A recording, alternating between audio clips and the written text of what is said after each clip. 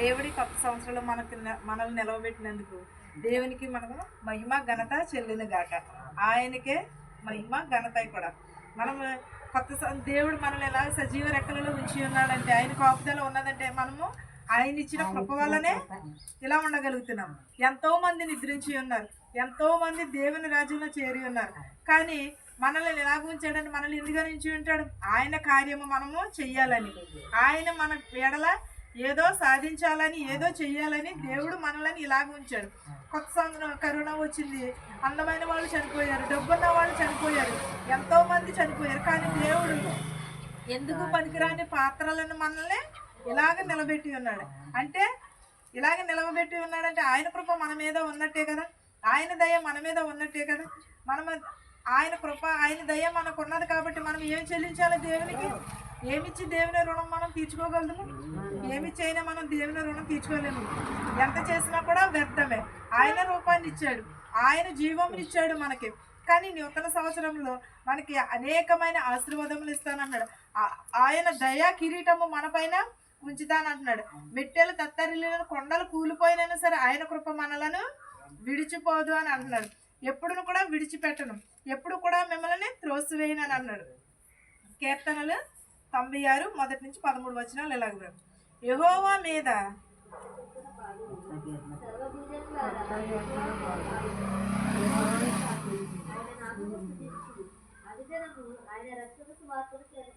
ఏంటది? యెహోవా మీద ఏమి పాడాలి మనము? కొత్త కీర్తనలు. కొత్త సంవత్సరంలో ఏమి పాడాలి? కొత్త కీర్తనలను. కొత్త అంటే కొత్తవి అంటే ఎక్కడి నుంచో మనం పుట్టుకొచ్చేయడం కాదు.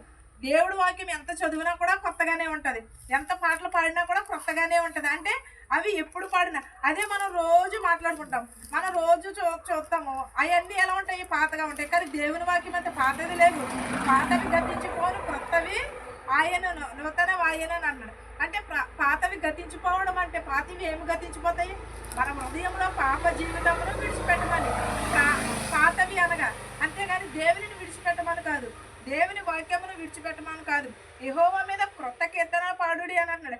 ఈ నూతన సంవత్సరంలో నూతనంగా క్రొత్త కీర్తనలతోటి మనం రోజు బైబిల్ చదువుకుంటూ, బైబిల్ ధ్యానించుచు, వాక్యమును మనం వినుటూ, అలాగే ఇంటి వరకు ఒకవేళ మనం బైబిల్ చదవడం రాదేమో, ఒకవేళ బైబిల్ చదవలేదేమో, కొత్త సంవత్సరంలో నేను కొత్త వాగ్దానమును కలిగి మనము ఉండాలి. కొత్త వాగ్దానంతో మనము ఎదరగలం. దేవుడు మనల్ని జీవరెక్కలలో ఉంచుతాడు. ఎప్పుడు కూడా ఆయన కృప సమాధానము మన పైన ఎప్పుడు కూడా ఉంటుంది. భూజనులారా యెహోవా మీద పాడుడి అన్నాడు. ఎవరి మీద పాడమంటున్నాడు? ప్రజల మీద కాదు కదా, యెహోవా మీద పాడుడి అని అంటున్నాడు.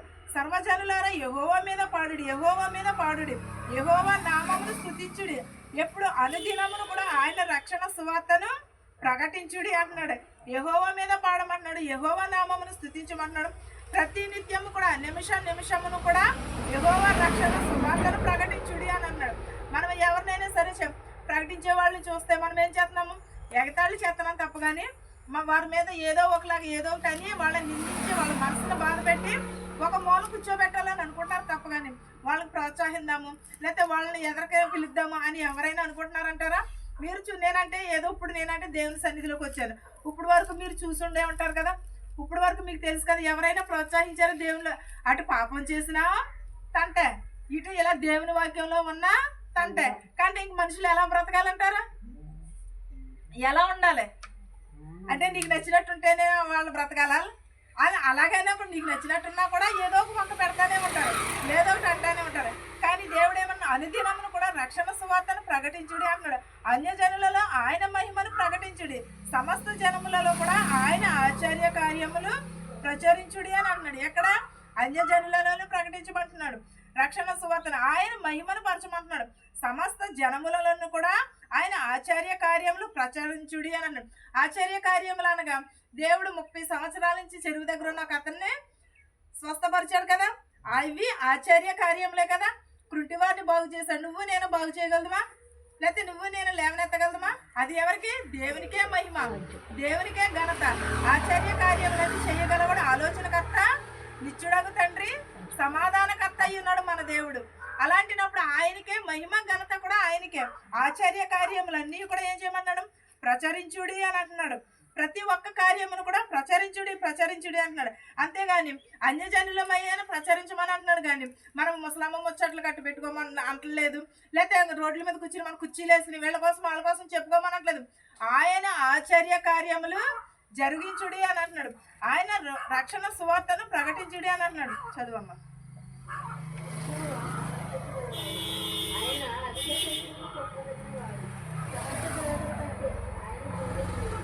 ఎలాగ యెహోవా మహత్యము గలవాడు, ఆయన అధిక స్తోత్రము పొందదగినవాడు. అంటే మనం కాదు కదా, యెహోవాయే మహాకార్యములు జరిగించేవాడు. చాలా మందిని కూడా కొన్ని సంవత్సరాల నుంచి పిల్లలు లేని వారు ఉంటారు. కానీ వాళ్ళకి సాధారణంగా దేవుడు ఏం చేస్తాడు? గర్భఫలమును ప్రసాదిస్తాడు. అప్పుడు వారికి అనేకమైన కార్యములు ఆయన జరిగించినట్టే కదా. ఆయన మహాకార్యం. మనం ఏమంటాం? దేవుడిని పట్ల మంచి కార్యం చేశాడమ్మా, దేవుడిని ప్రార్థించుకోమ్మా, దేవుడు నిన్ను విడిచిపెట్టలేదా, మంచి గర్భఫలం ఇచ్చాడా, దేవుడు నిన్ను ఆశీర్వదించాడని మనం వాళ్ళకి కొన్ని ఓదార్పు మాటలు చెప్తూ ఉంటాం. అవి ఏమిటి? మహాత్యము గలవాడు మన దేవుడు. అప్పుడు మనం అధిక స్తోత్రములు చెల్లించుకోవాలి యెహోవా యందు. దేవుని అనేకమైన స్తోత్రములు. సమస్త దేవతల కంటేనే ఆయన పూజనీయుడు. అంటే మన ఈ లోకంలో అనేక మంది దేవతలు ఉన్నారు. రాళ్ళకు మొక్కుతున్నారు, లేకపోతే చెట్లకు మొక్కుతున్నారు. కానీ మన దేవుడు ఏమై ఉన్నాడు? సజీవమై ఉన్నాడు, మృత్యుంజయుడై ఉన్నాడు.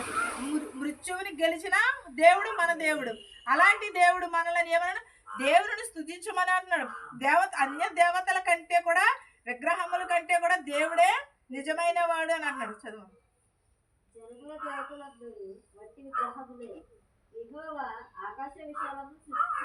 జనముల దేవతలందరికంటేను కూడా వట్టి విగ్రహము గలవారే, కానీ యెహోవా అయితే ఆకాశ విశాలమును సృజించినాడు. భూమి ఆకాశములను సృజించినవాడు. భూమిని ఆకాశమును సృజించక ముందు ఎలా ఉన్నది? భూమి ఇదంతా కూడా నిరాకారముగా ఉన్నది. దేవుడు భూమిని ఆకాశమును సృజించిన తర్వాతే ఇవన్నీ కూడా వచ్చి ఉన్నది. సృజించిన తర్వాత 2000 సంవత్సరాలు కూడా భూమిని ఆకాశాన్ని కూడా అలాగే ఉంచేశాడు. ఈ మధ్యని ఇదంతా ఏంటది? విశాలతను కలిగి ఉన్నది. ఆ విశాలతలో ఎన్ని సంవత్సరంలోనే చాలా సంవత్సరాలు, మనం పుట్టిన తర్వాత కూడా కొన్ని వేల సంవత్సరాల తర్వాత సృజింపబడినది తప్పగాని భూమి ఆకాశంలో ఆయన వలనే కలిగిన, కానీ మన యెహోవా వలనే ఆకాశ విశాలమును సృజింపబడింది తప్పగాని నీ వలన నా వలన కూడా కాదు. చెప్పు. 6వ వచనం.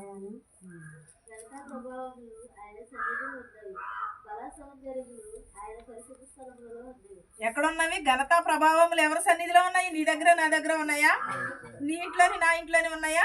కాదు కదా, ఆయన సన్నిధిలో ఉన్నది. మనం ఇంట్లో రోజు ప్రార్థన చేసుకుంటాం, కానీ దేవుని సన్నిధికి వెళ్ళకపోతే మనకి ఎంత బాధ కలుగుతుంది? అయ్యో ఇవాళ ఆదివారం ప్రార్థనకి వెళ్ళలేదు, ఇవాళ శనివారం ప్రార్థనకి వెళ్ళలేదు, అయ్యో వాళ్ళ ఇంటికాడ ప్రార్థన పెట్టారు నేను వెళ్ళలేదు, నన్ను కేకేయలేదా అని అంటే మళ్ళీ అది కూడా తప్పే. నన్ను కేకేయలేదని దీనికి కేకేయాలి అన్నింటికి అని అంటారు మళ్ళీ. కానీ అలా కాదు కదా, ప్రతిదిన కూడా దేవుని సన్నిధిలోకి మనం వెళ్ళకపోతే చాలా, దేవుని సన్నిధిలో మనము దేవుని సన్నిధిలో మనం వెళ్ళకపోతే చాలా బాధ కలుగుతుంది. కానీ సమరయ్య స్త్రీ వీళ్ళ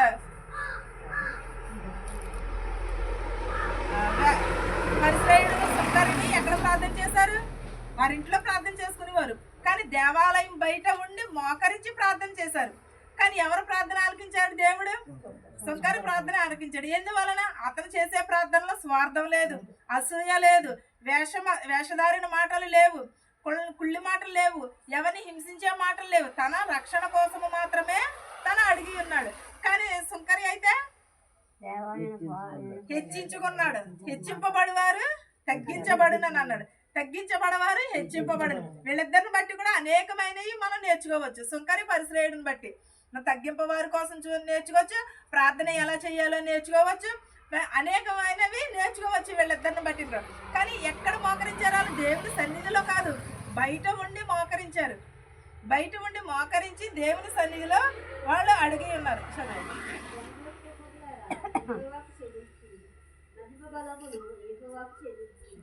ఏం కలుగును? జనముల కుటుంబములారా యెహోవాకు చెల్లించుడి, మహిమ బలము యెహోవాకు చెల్లించుడి. అంటే జనములు అంటే మనమే కదా, జనం అంటేనే ఇంకెక్కడి నుంచి వచ్చినారు? మనమందరం కూడా ఏం చేయాలి? కుటుంబంలో యెహోవాకు చెల్లించుడి. మనం కుటుంబ ప్రార్థన చేసుకుంటున్నామా రోజున? కుటుంబ ప్రార్థన ఎంతమంది? కుటుంబ ప్రార్థన అంటే ఏంటో ఒకసారి చెప్పండి. ఇంట్లో అందరూ మీరు అందరూ కలిసి చేసుకుంటున్నారా? ఇంట్లో అందరూ స్నానం చేసి మనం అందరం కూర్చొని ప్రార్థన చేసుకోవాలి. కుటుంబ ప్రార్థన ఆశీర్వాదమైనది తెలుసా? చాలా ఆశీర్వాదములు ఉంటాయి. అవి పొందుకున్న వారికే తెలుస్తుంది కానీ పొందుకోలేని వారికి తెలియదు. కుటుంబ ప్రార్థన చాలా ఆశీర్వాదం. తెల్లవారుజామున ఇంకా మంచి ప్రార్థన. తెల్లవారుజామున కంటవాసంతో దేవుని స్థుతించాలి. దేవుడు ఆలకిస్తాడు. ఆ దేవదూతలంట వాళ్ళ రెక్కల మీద దేవుని సన్నిధికి చేరుస్తారంట మన ప్రార్థన. అలాగా మనం కుటుంబ ప్రార్థన చాలా ఆశీర్వాదకరమైనది. ఆయనను యెహోవాను బలపరుచుట ఎంతో మనోహరము. మనకి మహిమ బలము యెహోవా వల్లనే మనకు బలం కావాలని ఏది కావాలని ఎవరి వల్ల వచ్చిన యెహోవా వల్లనే మనకి చెల్లించింది. చదువు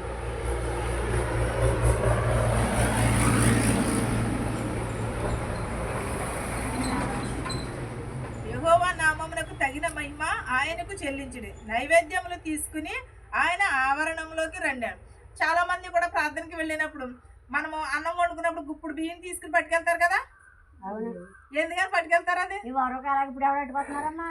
ఎవరు పట్టుకెళ్తారు? గుప్పుడు ఆ పొద్దున వేసా గుప్పుడు బియ్యం తీసి ఇంకో దాంట్లో వేసి ఆదివారం వచ్చేటప్పుడు పట్టుకుని ఆ బాక్స్ పట్టుకుని ఇప్పుడు లేవాలగా ఎవరు ఎవరు పట్టుకెళ్ళట్లేదు. నేను చూడలేదు ఈ మధ్యకాలంలో. ఇప్పుడు ఎవరు కూడా కానీ అదే ఆశీర్వాదం అన్నాడు కదా దేవుడు. ఏమన్నాడు? అదే ఆశీర్వాదకరములు అన్నాడు. యెహోవా నామమునకు తగిన మహిమ ఆయనకు చెల్లించుడు. నైవేద్యములు తీసుకుని దేవుని ఆవరణంలోకి రండి అని అంటున్నాడు. అంటే మనం తిన్న దాంట్లో దేవుని ఒక గుప్పుడు తీసుకుని మన ప్రథమ ఫలం కూడా దేవునికి ఇమ్మని అంటున్నాడు. ప్రథమ ఫలం ఎవరికి ఇస్తున్నారు? ముందు మనం తినేసి తర్వాత దేవుడికి ఇస్తున్నారు.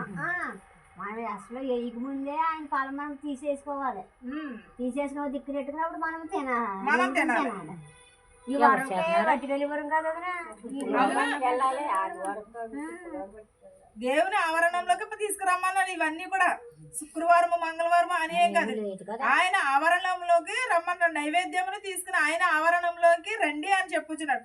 ఇవి నీ మాటలు నా మాటలు కాదు కదా, దేవుడే స్వయంగా అది పట్టుకెళ్ళాలి ఏంటి అని అంటూ ఉంటారు. కాదంటే అప్పుడున్న భక్తిని బట్టి అలాగే రాశారు దావీదు గారు. దావీదు రాసిన కీర్తనలు దావీదు గారు ఇవన్నీ కూడా అనుభవపూర్వకంగా రాసినవి. ఇవన్నీ కూడా ఇవి ఏయో నీకు నాకు లాగా కొలబుల్లి మాటలు ఇవన్నీ ఏం కదా, ఆయన అనుభవంతో రాసిన మాటలే. 9వ అధ్యాయం.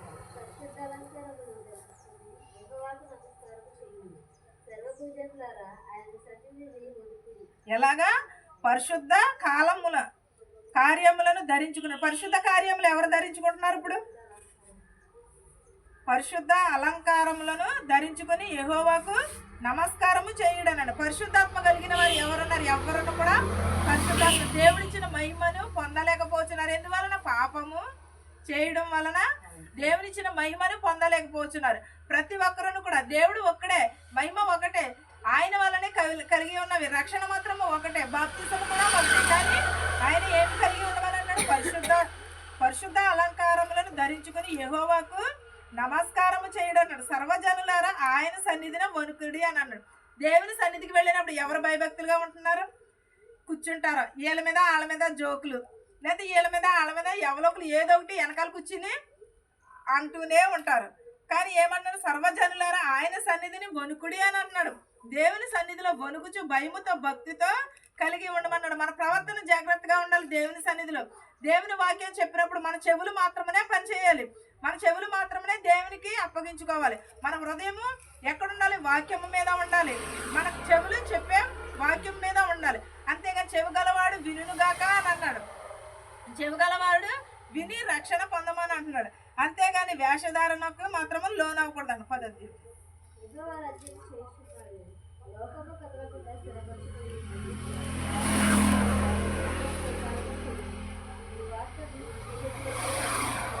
యెహోవా రాజ్యము చేయుచున్నాడు. ఏమి చేయుచున్నాడు? దేవుడు రాజ్యము చేయుచున్నాడు. లోకము కదలకుండా స్థిరపరచబడుచున్నది. అంటే లోకము కదలకుండా స్థిరపరచబడుచున్నది అంటే లోకం ఇక్కడే ఉంటుంది, కానీ మనుషులే వెళ్ళిపోతారు. మనుషులే దేవుని రాజ్యంలోకి వెళుతూ ఉంటారు, వస్తూ ఉంటారు. కానీ పుట్టిన వారు మళ్ళీ చనిపోతారు, చనిపోయిన వారు మళ్ళీ పుడుతూనే ఉంటారు. కానీ ఏదో ఒక దేవుని సన్నిధిలో అలాగే ఎప్పుడు అలాగే అంటారు. అది ఎంత నిజమో, చచ్చిపోయిన వారు పుడతారో పుట్టరో మనకు తెలియదు. అది ఒక దేవునికి మాత్రమే చెల్లింది. అది నాకు అది కాదంటే అలా అంటూ ఉంటారు, కానీ అది ఎక్కడ జరిగింది కూడా లేదు అసలు. కానీ యెహోవా రాజ్యము చేయుచున్నాడు. లోకము కదలకుండా స్థిరపరచబడుచున్నాడు. అంటే ఇవన్నీ కూడా గతించిపోవను, కానీ దేవుని వాక్యము గతించిపోవునా? ఒక సున్నైనను ఒక పొల్లైనను కూడా కొట్టివేయబడటానికి లేదు. న్యాయమును బట్టి ఆయన జనులను పరిపాలన చేయుచున్నాడు. ఈ వార్త అన్య జనులందరికీ కూడా ప్రకటించమని అన్నాడు. అంటే ఏంటది? యెహోవా రాజ్యము చేయుచున్నాడు, లోకము కదలకుండా స్థిరపరచబడి ఉన్నది, న్యాయమును బట్టి ఆయన జనులను పరిపాలన చేయుచున్నాడు అనే సువార్త అన్య జనులందరికీ కూడా ప్రకటించండి అన్నాడు. అన్య జనులందరికీ కూడా సువార్తను ప్రకటించుడి అని అన్నాడు.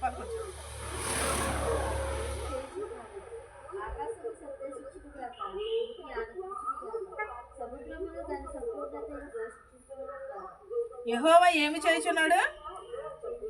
వేమి చేయుచున్నాడు. అంటే యెహోవా వేమి చేయుచున్నాడు? ఆకాశమును సంతోషించును గాక, భూమి ఆనందించును గాక, సముద్రమును దాని సంపూర్ణత ఘోషించును గాక అన్నాడు. యెహోవా చేసిన కార్యమును బట్టి సంతోషించమన్నాడు.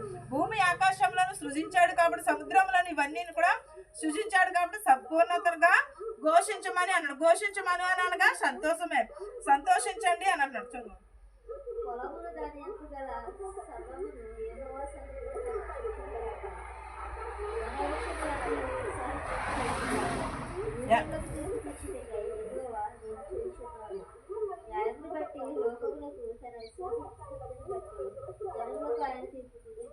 ఫలము దాని యందు గల సర్వము యెహోవా సన్నిధిని ప్రకాశించునుగాక అన్నాడు. వన వృక్షములన్నీ యెహోవా ఉత్సాహధ్వని చేయునుగాక. ఫలం మనం దేవుడు ఏం ఆశీర్వదిస్తారని? మన ఫలమును ఆశీర్వదిస్తానన్నాడు. భూగర్భ ఫలములను ఆశీర్వదిస్తానన్నాడు. మీ పిల్లలను కూడా ఆశీర్వదిస్తానన్నాడు. వాటి యందు ఆనందించుడి అని అన్నాడు. కానీ ఆనందించుడి అని, సంతోషించుడి అని అన్నాడు. కానీ దేవునిని కూడా స్తుతించమని అడుగుచున్నాడు. దేవుని స్తుతించుచు ఆరాధించుచు ఉండమని అన్నాడు. ఫలముల దాని యందు సర్వమును యెహోవా సన్నిధిని ప్రకాశించును గాక అన్నాడు. వన వృక్షములన్నీ కూడా ఉత్సాహధ్వని చేయును అని అన్నాడు. అంటే వన వృక్షములే కానీ మనం దేవుని యందు ఉత్సాహధ్వని చేయమా? మనం దేవుని యందు కీర్తనలతో పాడుచు ఆయన స్తుతించాలని మనకు కూడా అవే పక్షులే అలా ఉంటే మనము మానవులకు మనం ఎలా ఉండాలి? మనం ఇంకెంత కలిగి ఉండాలి? దేవుని యందు ఎంత భయమును కలిగి ఉండాలి? దేవుని యందు మనం ఇంకెంత వినయమును కలిగి ఉండాలి? యెహోవా యందు భయభక్తి గలవాడు ఆశీర్వదింపబడినవాడు. యెహోవా త్రోవల యందు నడుచువాడు ఎలాగవును వర్ధిల్లును అని అన్నాడు. యెహోవా సన్నిధిలో మనం వర్ధిల్లాలి అని అనుకున్నప్పుడు ఏం కలిగి ఉండాలి? దేవుని యందు భక్తిని కలిగి ఉండాలి. దేవుని యందు నిరీక్షణను కలిగి ఉండాలి. సమాధానమును పడాలి. మన సహోదరుని ప్రేమిస్తున్నాము. మనం ఎంత విధానంగా ఉండాలి? దేవుని సన్నిధిలో మనము దేవుని స్తుతిస్తున్నాము, కానీ దేవుని మనము సహోదరుని ప్రేమిస్తున్నామా? సర్వము ఏం కలిగి ఉన్నది? యెహోవా సన్నిధిలోనే ఉన్నది. ఉత్సాహధ్వని కూడా దేవుని జనులకు తీర్పు తీర్చుటకై యెహోవా వేమి చేయుచున్నాడు. న్యాయమును బట్టి లోకమునకు తన విశ్వాసమును, సత్యమును బట్టి జనులకు ఆయన తీర్పు తీర్చును. భూజనులందరికీ కూడా తీర్పు తీర్చుటకై యెహోవా వేచి చూస్తున్నాడు. ఎక్కడ? పరలోక రాజ్యంలో ఆయన వేచి చూస్తున్నాడు. మనం తీర్పు సిద్ధపడుచున్నామా? లేకపోతే ఈ లోకంలో సిద్ధపడుచున్నామా? మనం దేనికోసం ఎదురు చూస్తున్నామా? దేవుని రాజ్యంలో చేరాలని అందరికీ ఉంటుంది, కానీ దేవుని రాజ్యంలో ప్రవేశించాలని అందరికీ కూడా ఉంటుంది. కానీ మనం దేవుని రాజ్యంలో ప్రవేశించడానికి ఏం కలిగి ఉంటున్నాము? సిద్ధపాటును కలిగి ఉంటున్నామా? దేవుని రాజ్యంలో మనము ఇక్కడి నుంచే కదా మనం సిద్ధపాటు కలిగి ఉండాలి. మనం సిద్ధ మనసును కలిగి ఉంటున్నామా? మన సమాధానమును కలిగి ఉంటున్నామా? ఒకసారి ఆలోచించండి. తీర్పు తీర్చడానికి దేవుడు, న్యాయమును బట్టి దేవుడు తీర్పు తీరుస్తానన్నాడు. తన సత్యమును బట్టి జనులకు ఆయన తీర్పు తీరుస్తానని అన్నాడు. మనము యెహోవా ఏమి చేయుచున్నాడు? రాజ్యము చేయుచున్నాడు. యెహోవా సత్యమును బట్టి ఏలుచున్నాడు. కానీ ఆయన మనకి తీర్పు తీర్చడానికి సిద్ధంగా ఉన్నాడు. కానీ మనం ఏమి కలిగి ఉన్నాం? మనం సిద్ధపాటు కలిగి ఉన్నామా? లేకపోతే ఈ లోకంలో సిద్ధపాటు కలిగి ఉన్నామా? మనము దేవుడా నాకు ఇవ్వు అయ్యివ్వు అని అడుగుతున్నాం, కానీ దేవుడా నాకు మారు మనసు ఇవ్వని ఎవరమైనా ప్రార్థన చేస్తున్నామా? ఎవరమైనా దేవుని సన్నిధిలో మనం సమాధానం పడాలని ఎవరమైనా అడుగుతున్నామా? మన నిరీక్షణ కలిగి ఉండాలని ఎవరమైనా అడుగుతున్నామా? అంతేగాని మనకు దీవెనలు కావాలి, మన పిల్లలు బాగోవాలి, మనం బాగోవాలి. అంతేగాని మనం దేవుని రాజ్యంలో చేరడానికి మనకు సమాధానం వద్దా? మనం మంచి మనసు కలిగి ఉండవద్దా మనం? అంతేగాని దేవుని సన్నిధిలో మాత్రము అన్నీ అడిగేస్తున్నాం. కానీ దేవుని మనకు అంతగా మన బిడ్డల కంటే మనం దేవుని బిడ్డలం కదా. మరి అలాంటినప్పుడు దేవుని బిడ్డలం అయినప్పుడు మరి ఏమి అడగాలి? మనం ఒకసారి ఆలోచించండి. అడుగుతున్నామా? నాకు నా ఇంట్లో శోధన ఉంది. నిజమే, శోధన వచ్చినప్పుడు మనం అడగటం దేవుని బిడ్డలం కాబట్టి, దేవుడు మన తండ్రి కాబట్టి మనం అడగాలి, దేవుడిని అడుగుతాము. ఎందుకంటే ఆయన మన తండ్రి కాబట్టి అడుగుతాము. కానీ దేవుడు మనకి ఇస్తున్నాడు. మనం దేవుడికి తిరిగి ఏం చెల్లిస్తున్నాము? ఏమీ అడగలేదు. దేవుడు బలిని అడగలేదు, అర్పణను అడగలేదు, మంచి హృదయమును మాత్రమే అడిగాడు దేవుడు. అదైనా లాస్ట్ దేవుని సిలువేసినప్పుడు ఏమన్నా, నా కోసం ఏడవకండి, మీకోసము మీ పిల్లల కోసము ఏడవండి అన్నాడు. కానీ మనం దేవుని పిల్లలమే కదా. మరి దేవుని కోసం మనం ఎప్పుడైనా అంగలార్పు ఆర్చామా? దేవుని కొరకు మనం ఏదైనా చేసామా? మనకి ఇవి కావాలి, అవి కావాలి, అన్నీ కావాలి మనకి దేవుడు. కానీ దేవుడి కొరకు మనం ఏమీ కూడా చేయట్లేదు. దేవుడు ఏమైనా విరిగి నలిగిన హృదయమును కలిగి ఉండమని అంటున్నాడు, సంపూర్ణ హృదయమును కలిగి ఉండమని అన్నాడు, పరిశుద్ధాత్మను కలిగి ఉండమన్నాడు. దేవుని సన్నిధిలో మోకరించినప్పుడు మీ ప్రవర్తనను మీరు జాగ్రత్తగా చూచుకోండి అని అంటున్నాడు. దేవుని సన్నిధిలో మనము మోకరించి ప్రార్థన చేసినప్పుడు నిజమే మనం దేవుని సన్నిధిలోకి వెళ్తున్నాం. అక్కడ కూడా కుసేపు ఉండం కదా, ఎవలోకి ఏదో ఒకటి అంటాం, అక్కడికి వెళ్ళి ఎవరు. కానీ దేవుని సన్నిధిలో ఉన్నప్పుడైనా సరే పరిశుద్ధాత్మను కలిగి ఉండమని అంటున్నాడు. ఎప్పుడు కూడా దేవుడు మనల్ని ఎలాగ సజీవ రెక్కలలో ఉంచి ఉన్నాడంటే మనకి ఎంతో మేలే. దేవుడు ఆయన ఇచ్చిన కృపను బట్టే ఉంటున్నాము. సంవత్సరములు గడిచుచున్నవి, క్యాలెండర్లు గడిచున్నవి, తారీఖులు గడిచిపోతున్నాయి, రోజులు గడిచిపోతున్నాయి. కానీ మన హృదయాలు మాత్రము ఎక్కడ వేసిన వారు అక్కడే ఉన్నాము. వచ్చిన రోజు వస్తుందిలే అనుకుంటున్నాం, అయిపోయినాయి కాబట్టి రోజు సంవత్సరం వెళ్ళిపోయిందిలే అని అనుకుంటున్నాం. కానీ మనమేంటి ఒక్కసారి ఆలోచించుకుంటున్నామా? మనము ఎప్పుడైనా సరే మన హృదయమును బట్టే దేవుడు తీర్పు తీరుస్తానన్నాడు. మనల్ని బట్టే దేవుడు తీర్పు తీరుస్తాడు. కానీ ఆ హృదయమే దేవునికి ఇమ్మని అడుగుతున్నాడు దేవుడు. మీ హృదయం దేవునికి ఇచ్చిన ఎడల అనేకమైన ఆశీర్వాదములు మీ వింటే ఉండును. దేవుడు మన నిజంగా మన దేవుని సన్నిధిలో ఉన్నాం. ఒక చిన్న ఉదాహరణ చెప్తాను. పాస్టర్ గారు ఇద్దరు స్నేహితులు ఉన్నారంట. ఇద్దరు స్నేహితులు అంటే ఆ స్నేహితులు ఇద్దరు కొడుకులు అన్నారు, ఎదురు బదురు వీళ్ళు. ఒక అతనేమో కూలి పని చేసుకునేవాడు, ఒక అతనేమో పాస్టర్ కొడుకు పాస్టర్ చేయాలనుకుంటాడు. కూలి పని చేయాలి. ఇవి వాళ్ళకిలాగే వీళ్ళు కూడా ఇద్దరు ప్రాణ స్నేహితులు. ఈయన పనికి పాటలకి అన్నీ వెళ్తాం వల్లనే పనికి వెళ్ళి ఎలా ఉంటారు, వాళ్ళు వెళ్ళిపోయి ముందు ఇంటికి అలవాటు పడిపోతారు. పాస్టర్ గారు బైబిల్ ట్రైనింగ్కి వెళ్ళాడు, అన్నీ చేసుకున్నాడు, ప్రసంగాలు చేస్తున్నాడు, అన్నీ చేస్తున్నాడు. ఎదురు బదురు ఇల్లే కదా. ఈతను చూసి ఆ చూడు చక్కగానే రోజు ప్రార్థన చేసేసుకుంటున్నాడు, చక్క ప్రసంగానికి వెళ్తున్నాడు, ఎక్కడైతే అక్కడ సేవకి వెళ్ళిపోతున్నాడు, దేవుని పరిచర్య బాగా చేస్తున్నాడు. పాస్టర్ చక్క ప్రార్థన చేసుకుంటాడు, మా అమ్మ బాబు నన్ను అలా పెంచలేదని ఈ ఎంత ఆగిపోతాడు అనుకున్నాడు. ఈ పాస్టర్ చేసి ఆడు పని బెస్ట్, చక్కగా జలసా చేస్తున్నాడు, చక్కగా తినాలన్న తిండి తింటున్నాడు, వెళ్ళాలన్న అక్కడికి వెళ్తున్నాడు, మందు విందు అన్నీ ఆడికిలాగా పెంచలేదు. మా అమ్మ బాబు నాకు బైబిల్ ఇచ్చేసి ఇలా కూర్చోబెట్టేశారని ఇతను అనుకున్నాడు. రోజు ఇలాగ ఒకరు చూసి ఒకరు ఇలాగ అనుకునేవారు. కానీ దేవుని రాజ్యంలోకి ఎవరు వెళ్ళాలి? కానీ త్రాగుబోతే వెళ్ళాడు దేవుని రాజ్యంలో. ఎందుకని? హృదయ శుద్ధి గలవారు ధన్యులు, వారి దేవుని చూచేదారు. ఇద్దరు చనిపోయారు. అప్పుడు పైకి వెళ్ళాక త్రాగుబోతే వెళ్ళాడు. పాస్టర్ అన్నవాడు, రవ్వా నేను కదా నీ సేవ చేశాను, నేను కదా నీ కార్యములు అనేకమైనవి చేశాను, నీ సన్నిధిలో నేను బోల్డ్ కార్యాలు చేశాను, లేని వాళ్ళకి చేసేసాను, నీ ప్రసంగాల వల్ల నేను వాళ్ళని స్వస్థపరిచాను, వీళ్ళని స్వస్థపరిచాను. కానీ నీ హృదయం ఎలా ఉన్నది? ఘోరమైన పాపముతో నిండిపోయినది. అది ఇప్పుడు దేవుడు ఏమన్నాడు? ఇప్పుడు ఎవరు చేసుకోవాలి? త్రాగుబోతు హృదయము మంచిగా ఉన్నది. పాస్టర్ చేసినా మన హృదయం సరిలేకపోతే ఎంత ప్రార్థించినా కూడా అది వ్యర్థమే. అది వేషధారి ప్రార్థన. వేషనైనా క్షమిస్తాను కానీ వేషధారిని అసలు క్షమించినాను. మనం చెప్పడం గొప్ప కాదు, చెప్పి విని దాన్ని అనుసరించడం గొప్ప. దానికంటే ముఖ్యము మనం ఎలా ఉన్నామా అనేది. మన ప్రవర్తన జాగ్రత్తగా ఉంది, మన మనసు జాగ్రత్తగా ఉన్నది అనుకో, వింటారో వినేవారు కూడా నేర్చుకుంటారు. ముందు మన ప్రవర్తనను బట్టి ఎదుటివారు మారాలి. వాక్యమును బట్టి కాదు, ముందు మనం చెప్పేదాన్ని బట్టి కాదు, మన ప్రవర్తన మనం ఎలా ఉంటాము దానిని బట్టి ఎదుటివారు మారుతారు. అంతేగాని వాక్యం చెప్పేసి మనం నచ్చింది చెప్పేసామనుకో, అది గొప్ప కాదు కదా. అది దేవుడు హర్షించినది, అది కాదు దేవునికి ఇష్టమైనది. విరిగి నలిగిన హృదయమును ఇష్టం అన్నాడు. నీవు హృదయం శుద్ధి చేసుకున్నప్పుడు దేవుని రాజ్యం, హృదయం శుద్ధి గలవారే దేవుని రాజ్యంలో చేరుతాడు. ఆకలి తప్పుకున్న వారికి పెట్టమని అన్నాడు. కానీ నువ్వు ఎలా పెడుతున్నావు? మనస్ఫూర్తిగా పెడుతున్నావా?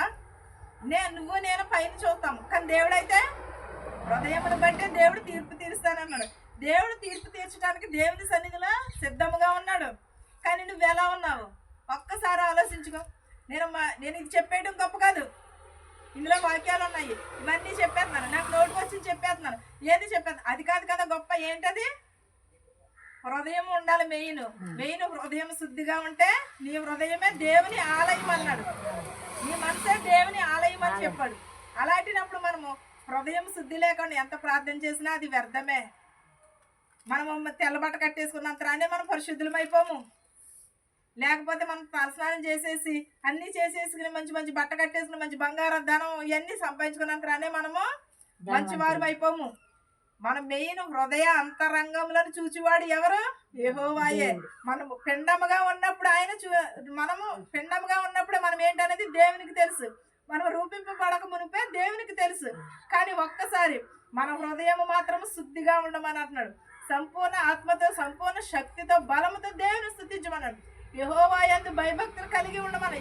యెహోవా యందు భయభక్తులు కలిగి ఉండండి అని విని విసుకుపోతున్నారు తప్ప దాన్ని అనుసరించేవారు ఎవరున్నారు?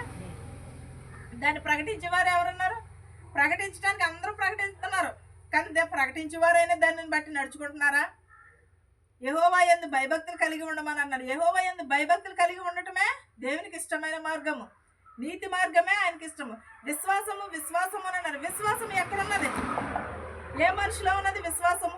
విశ్వాసులు అని అంటే ఎవరని కూడా ఈ లోకంలో విశ్వాసులు కారు.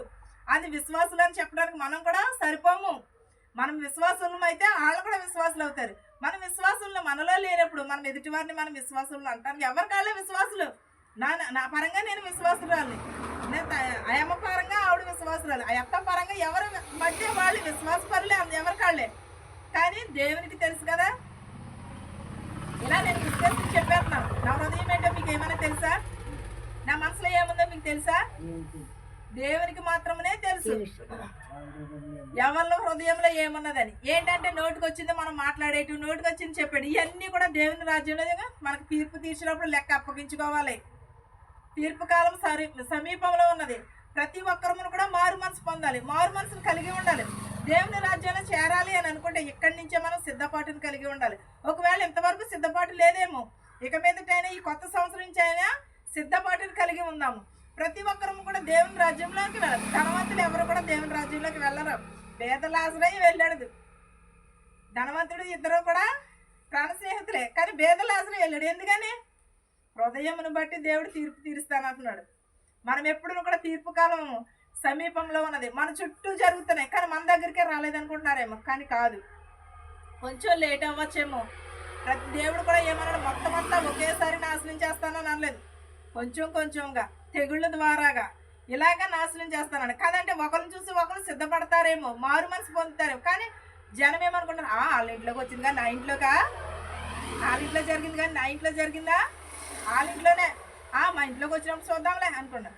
ఒకవేళ దేవుని రాజ్యం సమీపంలో ఉన్నదల్లా మారు మనసు పొందాలంటే వచ్చినప్పుడు చూద్దాంలే, ఇప్పుడే ఎందుకు అని అడుగుతున్నారు. అప్పటికప్పుడు సిద్ధపడిపోతే నువ్వు సిద్ధపాటు వచ్చేస్తుందా? మనం కొంత ఎక్కడికి నర్సాపురం వెళ్ళాలి. ఇప్పుడు మనం నర్సాపురం వెళ్ళాలనుకుంటే పరిగెత్తుకుని వెళ్ళిపోతామా? బస్సు రావాలి, బస్సు కోసం చూడాలి.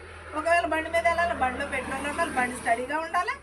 అవన్నీ సిద్ధపాటు చేసుకుంటేనే మనం వెళ్ళాలనుకున్న గమ్యస్థానానికి చేరగలదు. అంతేగాని మనం దేవుని రాజ్యంలో ప్రవేశించాలన్నా ఏదైనా ఇక్కడ మనం సిద్ధపాటు లేకుండా ఎక్కడికి వెళ్ళలేము. మనము హృదయం శుద్ధి లేకుండా ఎంత ప్రార్థన చేసినా అది వ్యర్థమే. వ్యర్థమైన ప్రార్థన వద్దు.